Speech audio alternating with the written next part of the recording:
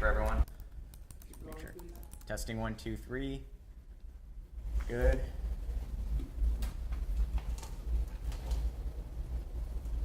Do another check here. 1, 2, 3. Make sure everyone's volume's working. Good. Okay.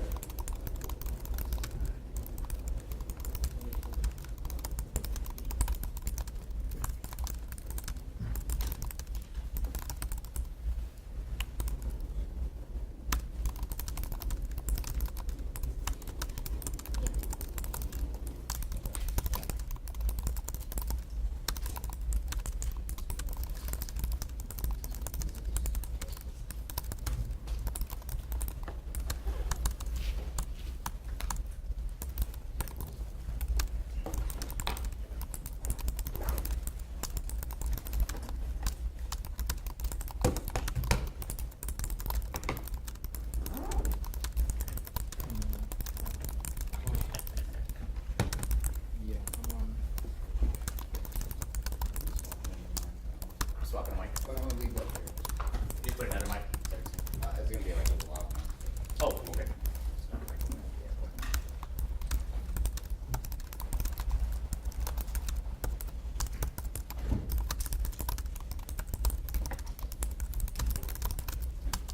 All right, we'll just give a few more minutes for setup and mic checks. We'll proceed here shortly. Yeah, we got you. Oh. Yeah, thank you.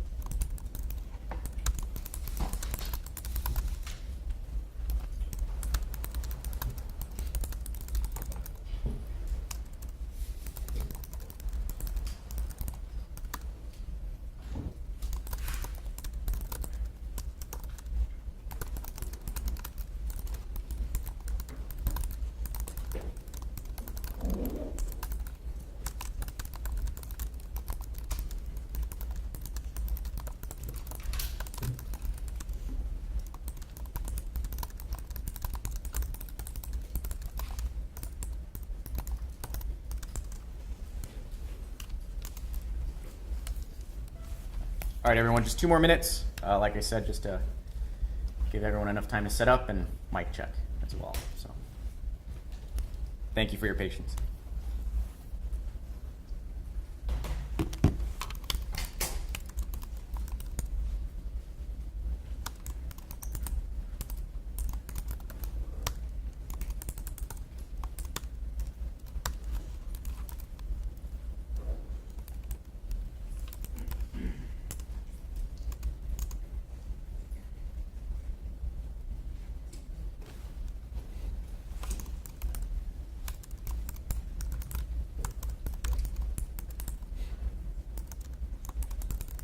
Everyone set?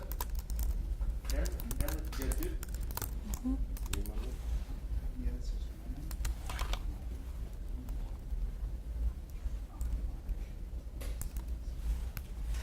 fine.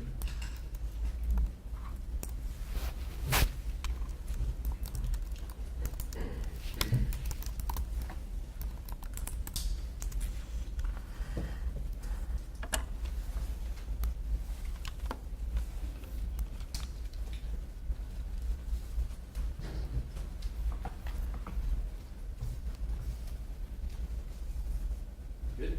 Everybody good?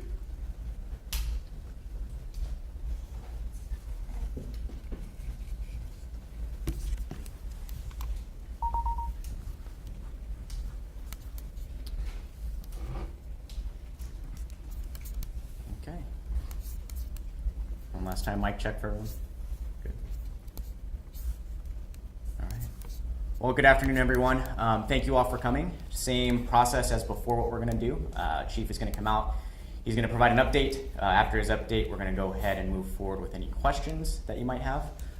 If you have a question, as a reminder, please just raise your hand. I'll be more than happy to come around with the mic. I do ask for patience in advance. It's just me working the mic today. But I will do my best to get around to everyone to make sure that those questions are answered and that you guys get the mic for those questions. So Without further ado, we're just going to wait for a minute or so, and then we'll start. So, thank you.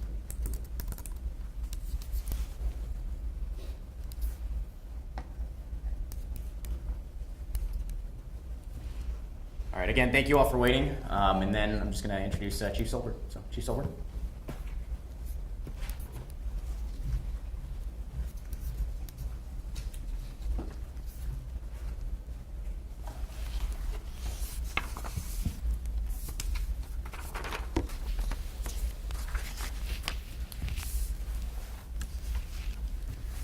Good afternoon. Thank you for being here. Chief Mike Soelberg, Gilbert Police Department. This is now the 6th week that we've come together with the media to help share information about our group teen violence cases, so thank you for being here. As a recap, since February of 2022, we have made 42 arrests related to group teen violence cases. Of these arrests, 27 arrests have been since January of 2024. This week, we made 2 additional arrests related to a previously unreported assault and a robbery investigation. In January 2024, we received a video from another jurisdiction's investigation. From that video, we were able to identify the individuals involved. This incident occurred in September of 2023 at the In-N-Out parking lot here in Gilbert. As a result of our investigation, we were able to make 2 arrests. On Tuesday, February 20th, we arrested a 17-year-old juvenile that was arrested and referred to Maricopa County Attorney's Office on charges of aggravated robbery, assault, and disorderly conduct. The next day, last night, on February 21st, we re-arrested 20-year-old Jacob Pennington. He was re-arrested at the MCSO jail with aggravated robbery, charges of aggravated robbery.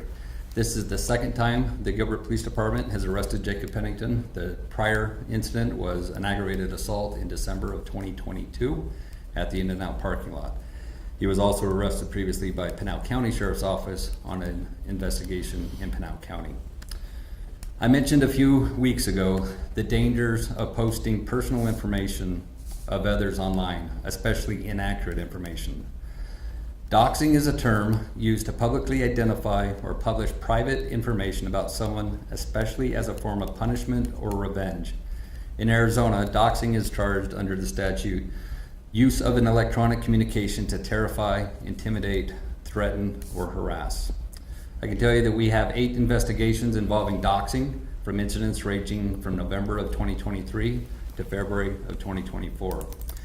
These incidents involve Gilbert residents being harassed by persons because of their alleged connections to the teen violence investigations. Of these 8 cases, we have cleared 2 by arrest. We currently have 2 active investigations. 3 cases were exceptionally cleared because the victims did not desire prosecution. And then with the last case was an unfounded case. We weren't able to establish that a crime had occurred. Let me be clear that we want justice for each and every victim in Gilbert. We know the community wants justice as well, but we can't have vigilante justice where citizens are publishing personal information that can and has enabled others to verbally harass innocent individuals, and we can't pick and choose which cases we investigate. We will investigate all crimes in Gilbert. The 2 arrests that I mentioned involve subjects that posted the address of a family who purchased a home from a family of a person of interest the year prior. Individuals posted the address, and the new residents have been harassed by individuals driving by the house and harassing the family. We have not identified the individuals that were actually doing the harassing at the residence, but we have cited and released the 2 individuals who posted their information online. Each of these cases that I mentioned will be investigated for evidence of doxing. The evidence will be collected and if probable cause exists, charges of doxing, threats, or harassment will be filed. Again, I want to thank the media and the community for helping us share information on these cases, the photos and the videos. Last week, we shared 4 different cases with you, different photos and videos. Thanks to the input from the community, we were able to identify the male and the male and the female that were inside the vehicle when that assault occurred. The other 3 cases, however, we are still looking for information on who those individuals are that were involved. We will be updating our teen violence webpage to reflect those updates. And in addition to that, we continue to encourage anyone who has been a victim of crime in Gilbert or has any information about crimes occurring in Gilbert to contact the Gilbert Police Department. Provide that information to us so we can bring justice to everyone. A reminder that our next teen violence subcommittee meeting will be next Monday, the 26th, at the Southeast Regional Library from 6 to 8 p.m. And with that, I'll take any questions you may have.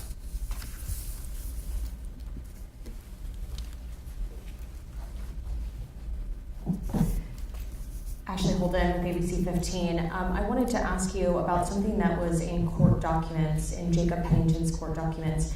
The victim said that she didn't report the incident that you were just talking about because of fear of retaliation. The family said that 20 to 30 subjects in ski masks showed up at their house. What do you have to say to that? Was that reported? I mean, that sounds terrifying. Yeah, so I'll talk in general terms and I'll talk specifically about that. We have had cases where people, as I mentioned, a lot of these arrests that we've made since January are cases that were never reported to the police department. They've been reported after Preston was killed in December and January. We received a lot of these videos.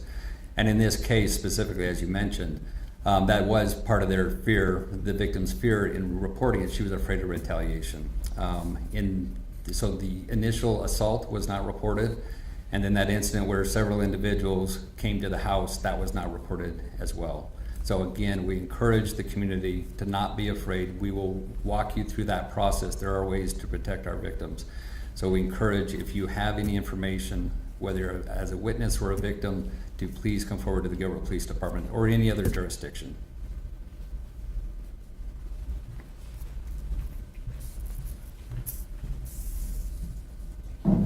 Hi, Alan Crystal's KTR News. Yesterday I spoke with County Attorney Rachel Mitchell and I asked her for any updates on the investigation into the death of Preston Lord. And she said there was an update that Gilbert is now working with prosecutors on that case. Can you at all describe that work or what that means? So I saw that interview as well. In regards to we're constantly communicating with the Maricopa County Attorney's Office. We did have a meeting specifically last week to update them on our cases. Nothing specific to Queen Creek's case, but our investigations, the updates of where we're at with each one, as well as the progress we're making on the investigation into the Gilbert Goons.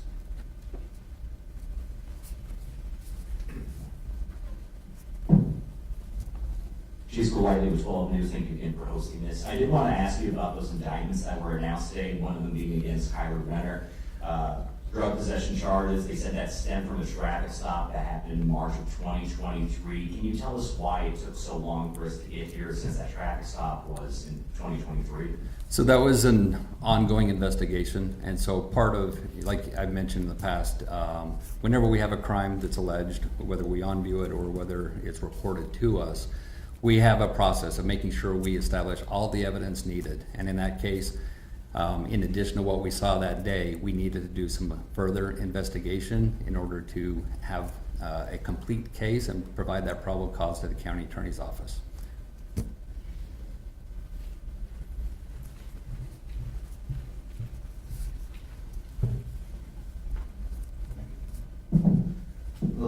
Marcus Rigley with Arizona Republic.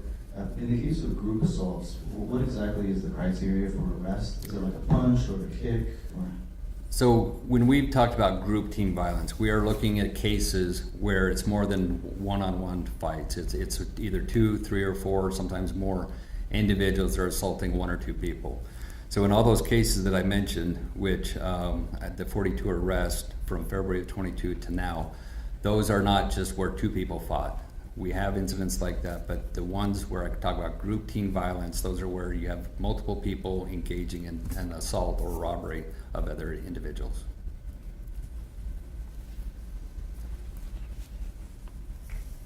Can you give us an update on where you guys are at with the Gilbert Goons investigation? This is the second time ski masks have been brought up in court documents related to these teen violence assaults.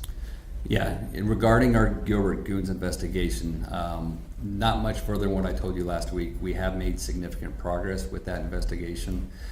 We are reviewing all of our cases and that criteria to establish whether a group can be identified as a gang. And so that is ongoing. I don't have an update as far as when that will be concluded, but we are making a lot of progress on that. And in addition to that, as we go through our information, communicating with those other 5 agencies as well as the county attorney's office.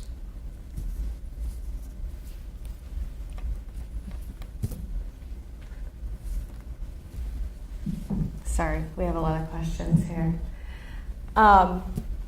The calls for your resignation have gotten louder this week. Do you have any response to that?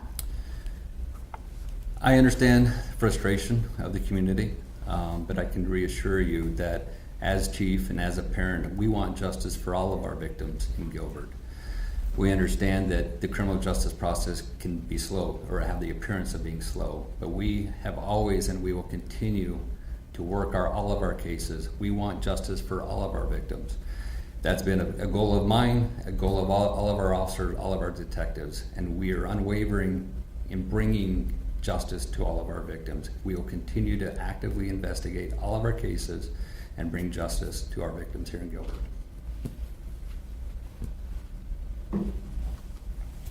Chief, I was speaking yesterday to one of the activists who's followed this and tracked this closely, and it was her belief, take it with a grain of salt, that there were at least 5 people who have been identified in videos who have not been arrested at this point.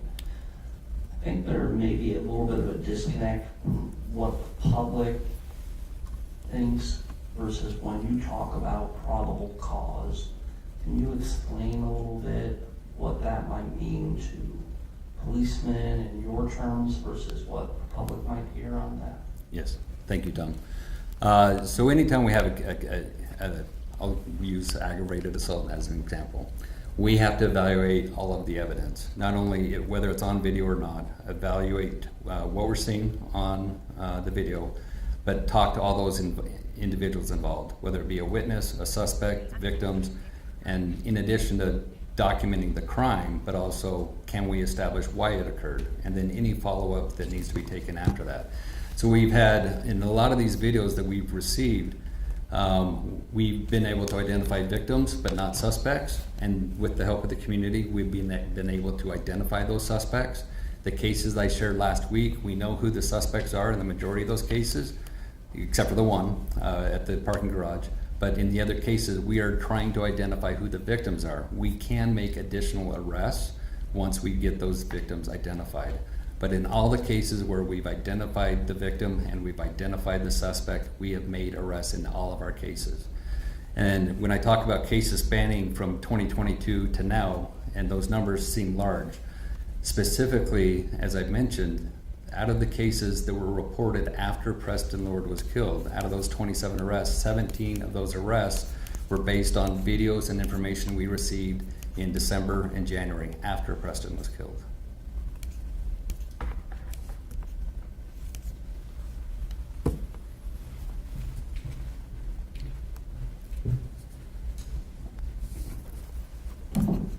In regards to that 17-year-old female that was arrested this week, I was wondering, can you provide any details in relation to what attack that was, or any kind of details on that case? So just what I provided you before, we arrested a 17-year-old juvenile.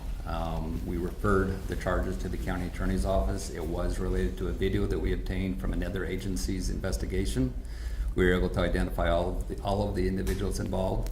We made those 2 arrests today. It was from an incident in September of 23 at the In-N-Out parking lot. But the details of how and why it occurred are within the report, and I'll just leave it at that for now. Everybody's gonna have 2 more questions? Can you share at all what agency that video came from, and is she being considered as part of the Gilbert Goons gang investigation? So that video came from Mesa Police Department, from their investigation, one of their investigations. And that case, along with any other case involving group teen violence, we are looking for any connection to whether it be Gilbert Goons or any connection of the other cases. All right, then this is gonna be the last question.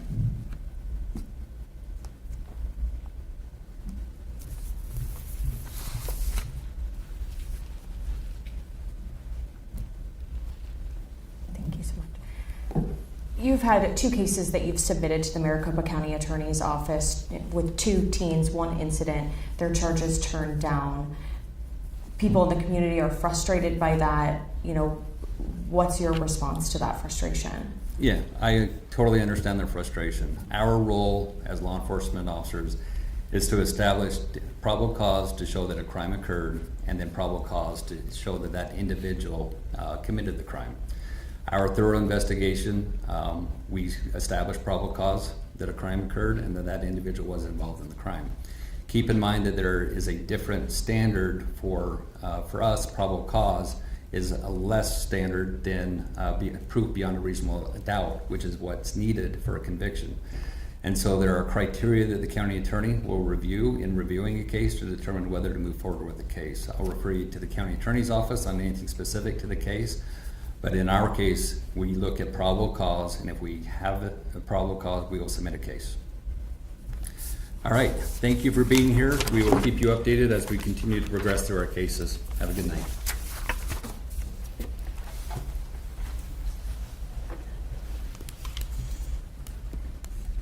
All right. Thank you all again for coming. We'll give you an opportunity to disassemble, and then once that's done, we'll group together, and then we'll escort you out as a group together. Thank you all.